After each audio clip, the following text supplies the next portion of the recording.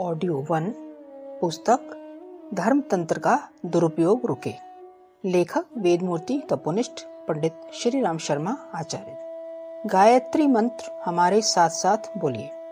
ओम भूर्भुवः स्वः तत्सवितुर्वरेण्यं भर्गो देवस्य धीमहि धियो यो नः प्रचोदयात्। देवियों भाइयों, भगवान के मंदिर जगह जगह बनाए जाएं, यह विचार उस समय उत्पन्न हुआ जब भगवान की विचारणा को जनमानस में स्थापित करने, भगवान की प्रेरणाओं को सर्वत्र प्रकाशित करने की आवश्यकता अनुभव की गई। भगवान सब जगह विराजमान हैं। पेड़ पत्तों से लेकर फूल पौधों तक और मनुष्य के हृदय से लेकर इस आसमान तक कोई भी स्थान ऐसा नहीं है जहाँ वे विद्यमान न हो। फिर भगवान को एक स्थान पर बिठाने और खाना खिलाने की क्या जरूरत पड़ गई? यह विचारणीय प्रश्न है। भगवान तो बादलों को बरसाते हैं। जरूरत पड़े तो जहाँ कहीं वर्षा हुआ करे वहाँ जा बैठें और फुहारों का आनंद ले लें। नहाने की उनको क्या दिक्कत पड़ेगी? नदियाँ उनकी बहती हैं। जब कभी स्नान करना पड़े घंटों नहा सकते हैं। उनको कोई रोकने वाला है क्या? फिर भगवान को स्नान कराने की क्या जरूरत थी? मित्रों, भगवान तो एक विचारणा है, भावना है, एक चेतना है। उनको एक जगह बिठाया जाए, ये कैसे मुमकिन हो सकता है? भगवान की वृत्तियों और प्रवृत्तियों को हम लोग भूल गए हैं।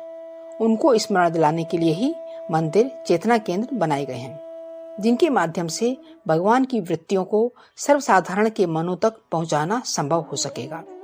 गांवों में देवालय इसीलिए बनाए गए हैं कि जो लोग भगवान को भूल गए हैं वे इस माध्यम से अपने जीवन लक्ष्य को पहचानें। लोग भगवान का नाम तो जानते हैं कि भगवान कृष्ण होते हैं, भगवान राम होते हैं, हनुमान होते हैं, लेकिन सही बात यह है कि भगवान के स्वरूप, उनके आदेश, उनकी शिक्षाओं और मानव जीवन से उनका संबंध, इन सब को 100% लोग भूल गए हैं।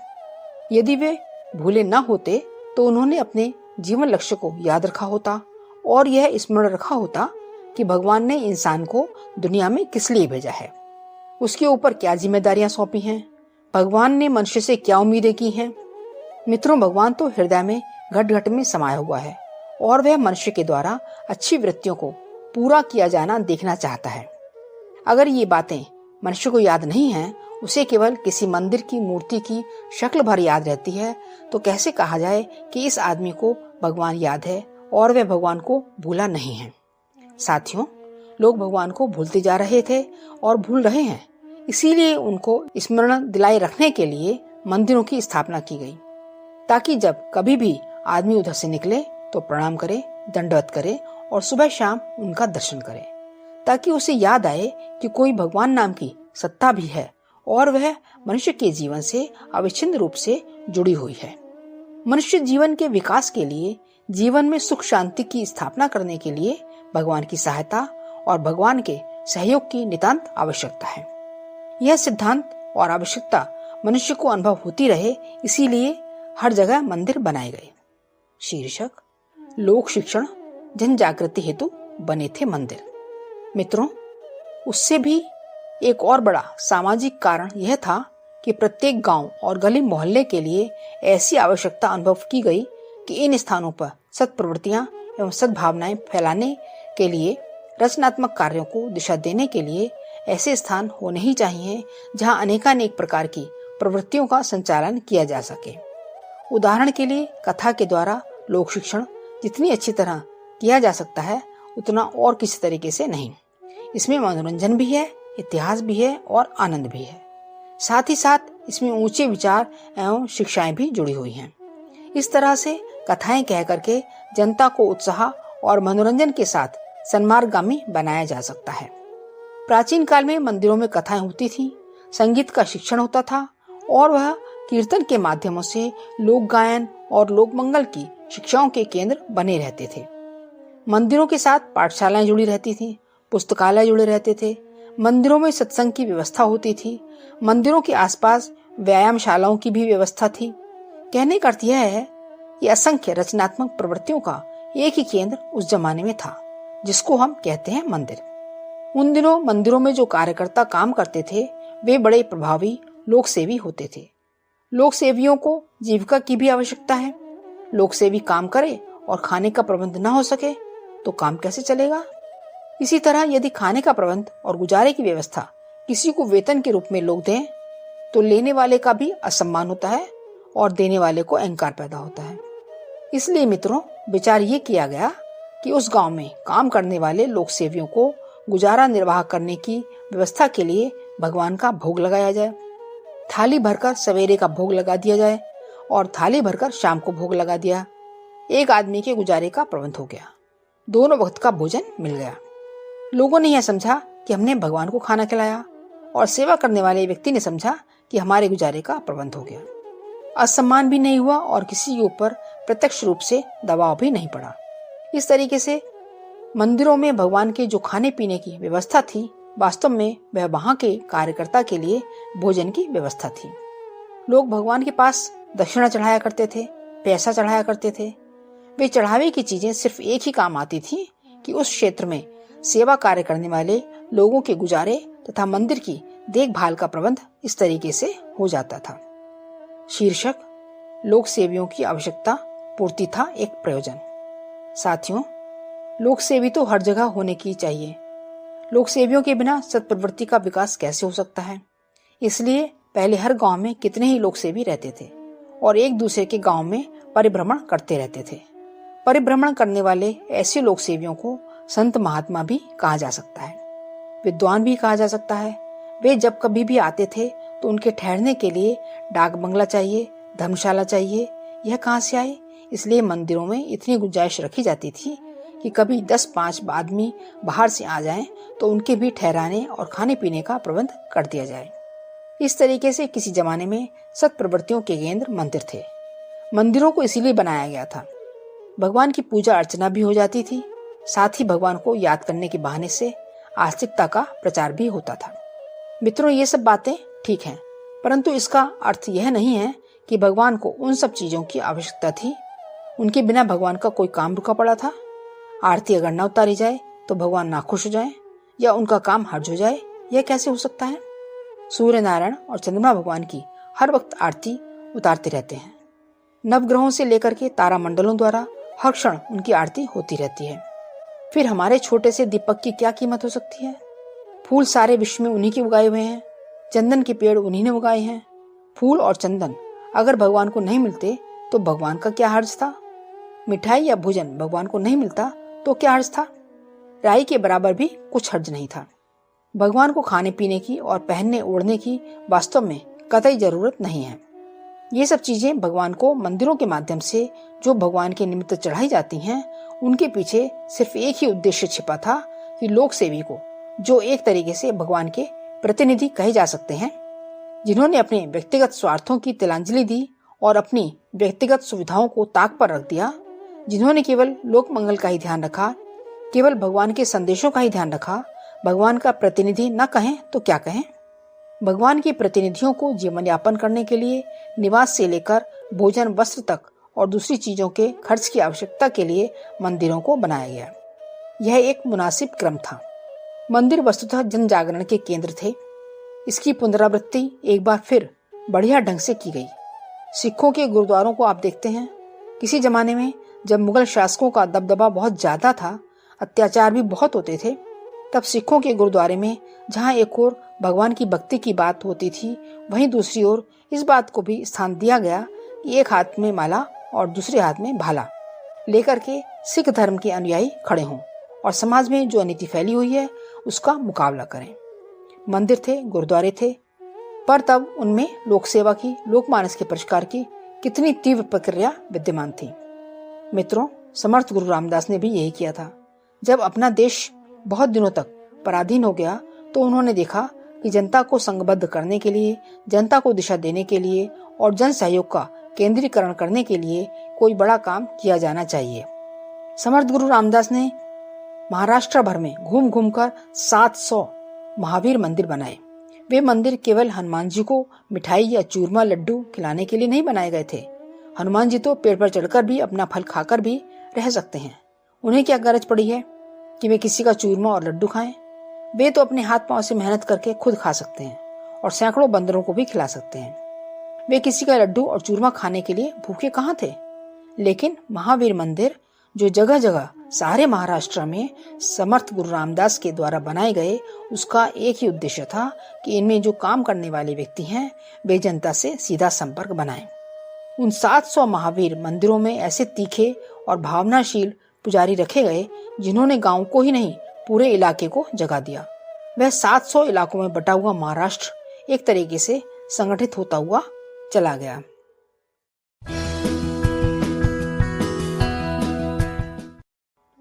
ऑडियो 2 पुस्तक धर्मतंत्र का दुरुपयोग रुके। लेखक वेदमूर्ति तपोनिष्ठ पंडित श्री राम शर्मा आचार्य जी। शीर्षक समर्थ के मंदिर व्यायाम शालाएं। साथियों, समर्थ गुरु रामदास ने छत्रपति शिवाजी के सिर पर हाथ रखा और कहा कि भारतीय स्वाधीनता के लिए, भारतीय धर्म की रक्षा करने के लिए तुम्हें बढ़ चढ़कर काम करना चाहिए। शिवाजी ने कहा कि मेरे पास वैसी धन सामग्री कहाँ है, मैं तो छोटे से गांव का एक अकेला लड़का इतने बड़े काम को कैसे कर सकता हूँ। समर्थ गुरु रामदास ने कहा, मैंने पहले से ही उसकी व्यवस्था 700 गांवों में महावीर मंदिर के रूप में बनाकर रखी है, जहाँ जनता में काम करने वाले बड़े प्रकांड, समझदार एवं मनस्वी लोग काम करते हैं। पुजारी पद का अर्थ मरा हुआ आदमी, बीमार, बुढ़ा, निकम्मा, बेकार और नशेबाज आदमी नहीं है। पुजारी का अर्थ जिसे भगवान का नुमाइंदा या भगवान का प्रतिनिधि कहा जा सके। जहाँ ऐसे समर्थ व्यक्ति हों, समझना चाहिए वहाँ पुजारी की आवश्यकता पूरी हो गई। मित्रों, किसी आदमी को खाना दिया जाए और वह भी आधा अधूरा, सड़ा बुसा हुआ दिया जाए तो उससे खाने वाले को भी नफरत होगी और उसके स्वास्थ्य की रक्षा भी नहीं होगी। इसी तरीके से भगवान की सेवा करने के लिए लंगड़ा, लूला, काना, कुबड़ा, मरा, अंधा, बिना पढ़ा, जाहिल, जलील, गंदा आदमी रख दिया जाए तो वह क्या कोई पुजारी है? पुजारी तो भगवान जैसा ही होना चाहिए। भगवान राम के पुजारी कौन थे? हनुमान जी थे। अतः कुछ इस तरह का पुजारी हो तो कुछ बात भी बने। इसी तरह के पुजारी समर्थ गुरु रामदास ने सारे के सारे महाराष्ट्र में रखे थे। इन 700 समर्थ पुजारियों ने उस इलाके में जो फिजा, वो परिस्थितियां पैदा की कि छत्रपति शिवाजी के लिए जब सेना की आवश्यकता पड़ी तो उन्हीं 700 इलाकों से बराबर उनकी सेना की आवश्यकता पूरी की जाती रही। इसी प्रकार जब उनको पैसे की आवश्यकता पड़ी तो उन छोटे से देहातों से जिनमें की महावीर मंदिर स्थापित किए गए थे, वहां से पैसे की आवश्यकता को पूरा किया गया। अनाज भी वहां से आया। उसी इलाके में जो लोहार रहते थे उन्होंने हथियार बनाए। इस तरह जगह जगह छिटपुट हथियार बनते रहे। अगर एक जगह पर हथियार बनाने की बड़ी फैक्ट्री होती तो शायद विरोधियों को पता चल जाता और उन्होंने उस स्थान को रोका होता। वे सावधान हो गए होते। मिलिट्री की एक ही जगह रखी गई होती तो विरोधियों को पता चल जाता और उसे रोकने की कोशिश की गई होती। लेकिन 700 गांवों में पुजारियों के रूप में एक अलग तरह की छावनियां पड़ी हुई थी। हर जगह इन सैनिकों को ट्रेनिंग दी जाती थी। हर जगह इन छावनियों में 10-20 वॉलंटियर आते थे और वहीं से पैसा, धन व अनाज आता था। इस तरीके से मंदिरों के माध्यम से समर्थ गुरु रामदास ने छत्रपति शिवाजी को आगे करके इतना बड़ा काम कर दिखाया। शीर्षक मूल उद्देश्य हम भूल गए। मित्रों, मंदिर जन जागरण के केंद्र बनाए जा सकते हैं। मंदिरों का उपयोग लोक मंगल के लिए किया जा सकता है क्योंकि उसके पास इमारत होती है। इमारत तो हर सेवा केंद्र के पास होनी चाहिए, परंतु इसके अलावा वह व्यवस्था भी होनी चाहिए जिससे कि उस क्षेत्र के कार्यकर्ताओं का, निवासियों का गुजारे का प्रबंध किया जा सके। इस गुजारे का प्रबंध तभी हो सकता है जब आजीविका के स्रोतों से जनता में इसके लिए त्याग वृत्ति पैदा की जा सके। मनुष्य में यह भावना पैदा की जा सके कि हमने भगवान को दिया है, तुमको नहीं। इससे आदमी का मन हल्का होता है, त्याग और सेवा की वृत्ति पैदा होती है। उस धन के एक केंद्र पर इकट्ठा होने से समाज के लिए उससे उपयोगी काम किए जा सकते हैं। प्राचीन काल में मंदिर इसी उद्देश्य से बनाए गए थे। समाज में सत् प्रवृत्तियों का विकास वास्तव में भगवान की सेवा का एक बहुत बड़ा काम है। लेकिन आज मैं क्या कहूँ, मंदिरों को देखकर रोना आता है। आज मंदिर पर मंदिर बनते चले जा रहे हैं। करोड़ों रुपया खर्च होता है। क्या ऐसा संभव नहीं था कि करोड़ों रुपयों से बनने वाली इमारतों को इस ढंग से बनाया गया होता कि वहां लोक सेवा की प्रवृत्तियों के लिए गुंजाइश रहती और भगवान के निवास की भी एक छोटी सी जगह बना दी गई होती। अब तो सारी की सारी इमारतें इस काम के लिए बनाई जाती हैं कि उसमें केवल भगवान ही बैठे। भगवान को इतनी जगह की क्या जरूरत है? भगवान को चाहो तो एक कोने बिठा दो तो भी वे मौज करेंगे। भगवान को इतने बड़े भव्य निर्माण से क्या लेना देना? उनके लिए तो इतना बड़ा आसमान विद्यमान है। शीर्षक लोक सेवा की प्रवृत्तियों का केंद्र हो मंदिर। मित्रों, मंदिरों की इमारतों को अगर इस ढंग से बनाया गया होता कि जिनमें मंदिर के साथ साथ पाठशाला, प्रौढ़ पाठशाला, संगीत विद्यालय, वाचनालय और कथा कीर्तन का कक्ष भी बना होता, उसके आसपास व्यायामशाला भी होती और थोड़ी सी जगह में चिकित्सालय का भी प्रबंध होता, बच्चों के खेलने की भी जगह होती। इस तरीके से लोक मंगल की, लोक सेवा की अनेक प्रवृत्तियों का एक केंद्र अगर वहां बना दिया गया होता और वहीं एक जगह भगवान की स्थापना होती, तो जो धन मंदिरों में चढ़ाया जाता है उसका ठीक तरीके से उपयोग होता। ऐसी स्थिति में मंदिरों के द्वारा कितना बड़ा लाभ होता। साथियों, आपने गिरजाघरों को देखा है? गिरजाघरों में भगवान के लिए कोई गुंजाइश नहीं है क्या? वहां कहीं कहीं मरियम की मूर्ति लगी रहती है तो कहीं कहीं ईसा की प्रतिमा लगी रहती है। एक छोटा सा प्रार्थना कक्ष होता है, कहीं इसमें अस्पताल या दवाखाने वाला हिस्सा होता है, कहीं पादरियों के रहने का हिस्सा होता है, कहीं एक छोटा सा दफ्तर बना होता है। इस तरह भगवान का एक छोटा सा केंद्र बनाने के बाद में बाकी सारी की सारी इमारत, सारा स्थान लोक मंगल के लिए होता है। पहले भारतवर्ष में भी ऐसा ही किया जाता था और किया भी जाना चाहिए, लेकिन आज तो मंदिरों की दशा देखकर हंसी आती है और क्रोध भी। आज मंदिरों का सारा धन कुछ चंद लोगों के निहित स्वार्थ के लिए खर्च हो जाता है। जो कुछ भी चढ़ावा या दान आया, कुछ निहित स्वार्थ के लिए मठाधीशों और मंदिरों के स्वामी और दूसरे महंतों के पेट में चला गया।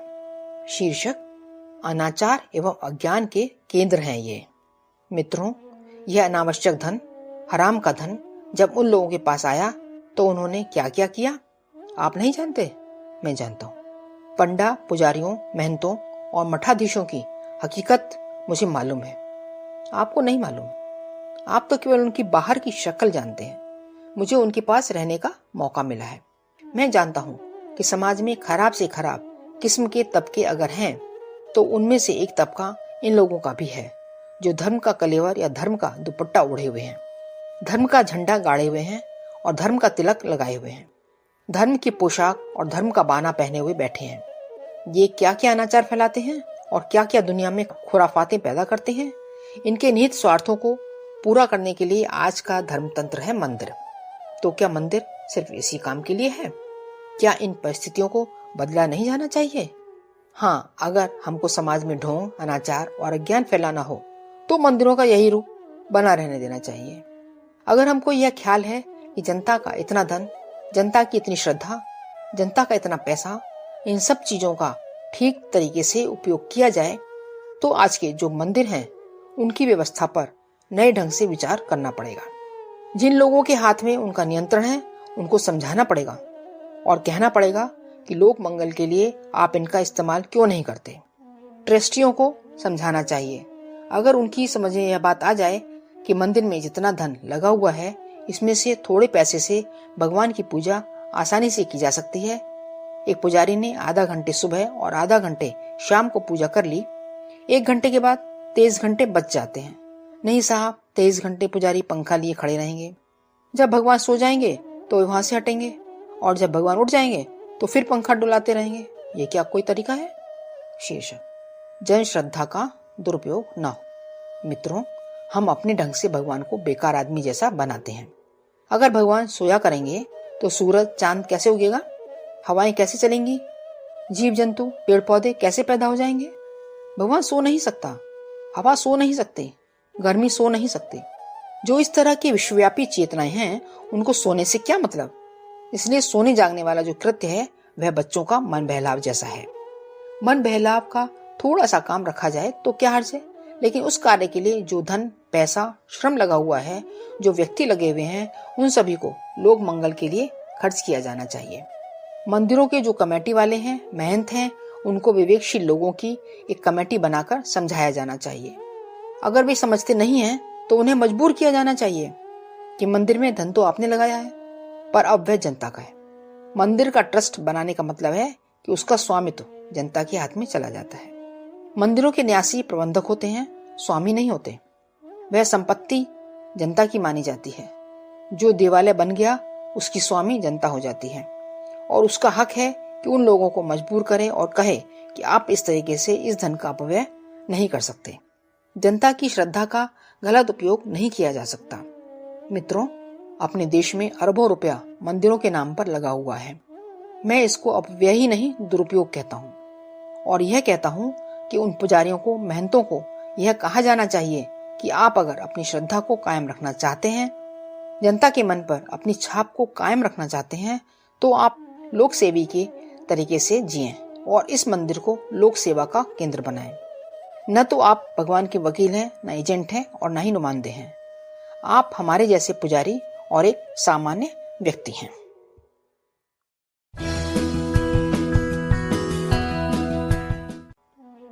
ऑडियो 3, पुस्तक धर्मतंत्र का दुरुपयोग रोके। लेखक वेदमूर्ति तपोनिष्ठ पंडित श्री राम शर्मा आचार्य जी।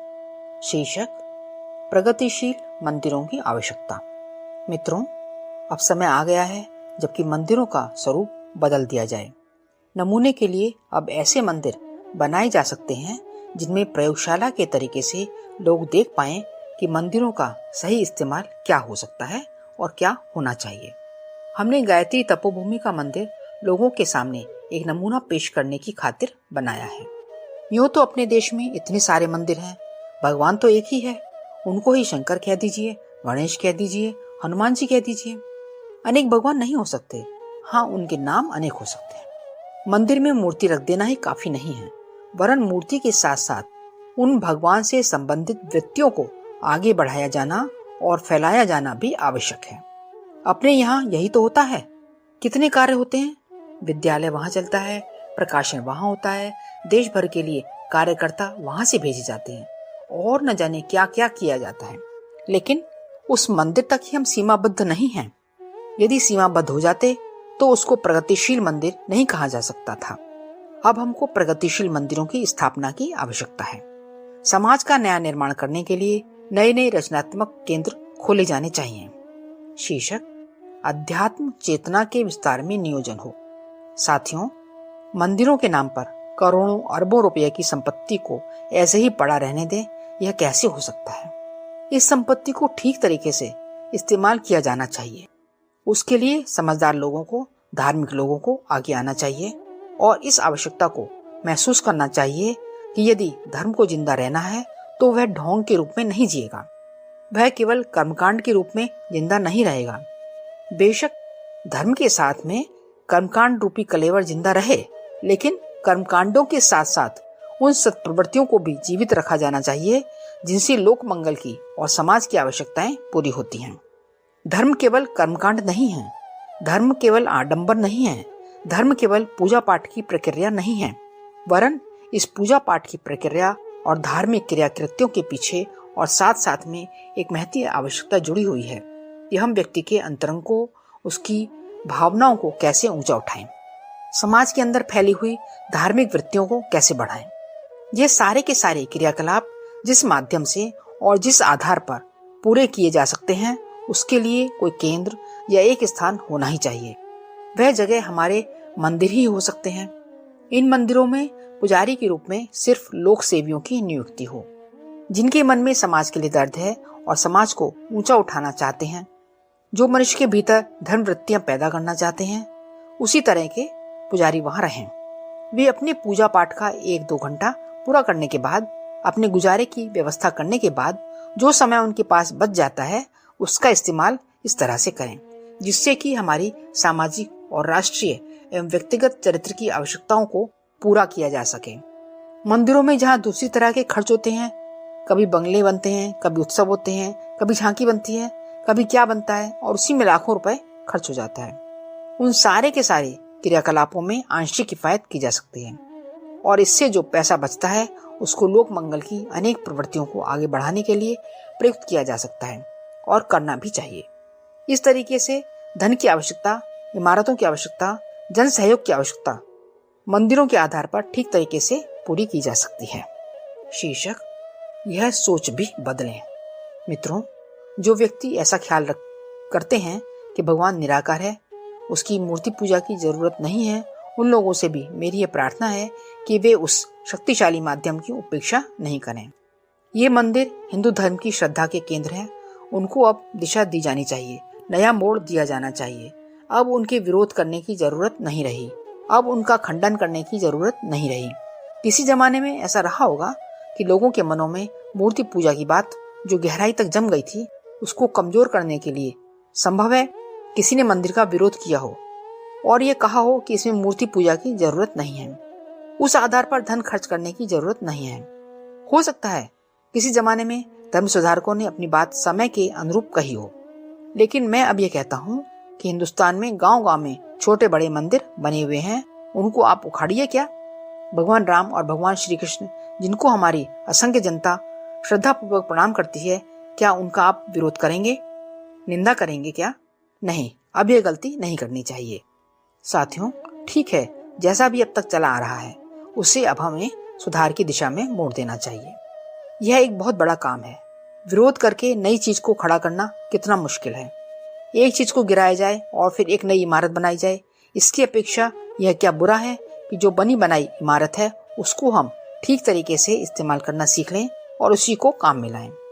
मंदिरों को अगर ठीक तरीके से काम में लाया जा सके और उनमें लगी पूंजी को ठीक तरीके से इस्तेमाल किया जाता रहे और इन दोनों का उपयोग लोक मंगल के लिए किया जाता रहे, उनमें ऐसे पुजारियों की, कार्यकर्ताओं की नियुक्ति की जा सकती हो जो अपना 1-2 घंटे का समय पूजा पाठ में लगाने के बाद बचा हुआ सारा समय समाज को ऊंचा उठाने में लगाएं, तो मैं यह विश्वास के साथ कह सकता हूं कि सरकार और दूसरी संस्थाओं के द्वारा जो लंबे लंबे प्लान, योजनाएं बनती हैं, धन लगाती हैं, कार्यकर्ता नियुक्त करती हैं, फिर भी सारी योजनाएं असफल हो जाती हैं। उसकी तुलना में यह योजना इतनी बड़ी, इतनी महत्वपूर्ण, इतनी मार्मिक और सार्थक है कि हम राष्ट्र को पुनः उसके शिखर पर पहुंचा सकते हैं। शीर्षक, राष्ट्र का कायाकल्प कर सकते हैं ये देवालय। इसके लिए हमें केवल मंदिरों की दिशाएं मोड़ने की जरूरत है, लोगों को समझाने की जरूरत है, प्रचार करने की जरूरत है, धमकाने की जरूरत है। अगर ये काबू में ना आते हों तो घिराव करने से लेकर बहिष्कार करने तक की जरूरत है। यह समझाने की जरूरत है कि इस धन का और इमारतों का हम अपव्यय नहीं होने देंगे। मंदिरों को हम अंधश्रद्धा का केंद्र नहीं बनने देंगे। हम धर्मभीरुता का पोषण करने वाले केंद्र के रूप में नहीं, वरन इन्हें धर्म की स्थापना का केंद्र बनाएंगे। यदि इन मंदिरों को धर्म की स्थापना का केंद्र बनाया जा सका तो राष्ट्र की महती आवश्यकता पूरी की जा सकती है। तब नया युग लाने में, नया समाज बनाने में, समाज की विकृतियों को दूर करने में और एक समर्थ राष्ट्र, समर्थ समाज बनाने के लिए इतने बड़े साधन हमारे हाथ सहज ही लग सकते हैं। इन बने बनाए साधनों को विवेकशीलों को अपने अधिकार में, कब्जे में लेना ही चाहिए और उनको वह दिशा देनी चाहिए जिससे कि भगवान वास्तव में प्रसन्न हो। भगवान की जो सद्वृत्तियां इस विश्व में फैली हुई हैं, जिनसे कि शांति आती है और धार्मिक भावना की वृद्धि होती है और समाज समृद्ध होता है, उन भावनाओं को आगे बढ़ाने के लिए मंदिरों को केंद्र बनाया ही जाना चाहिए, ताकि वास्तविक भगवान अपनी वास्तविक पूजा को देखकर प्रसन्न हो जाएं और भक्ति करने, पूजा पाठ करने का उद्देश्य लोगों को समझ आ सके और लोग उसका समुचित फायदा उठा सकें। यह करने की बहुत अधिक आवश्यकता है और हमको करना चाहिए। मंदिरों को जन जागरण का केंद्र बनाया जाना चाहिए, उनका कायाकल्प किया जाना चाहिए। इतना करना यदि संभव हो गया तो समझना चाहिए कि हमने लोक मंगल के क्षेत्र में एक बहुत बड़ी मंजिल पूरी कर ली और बहुत बड़े साधनों को हमने अपने आप इकट्ठा कर लिया। ओम शांति।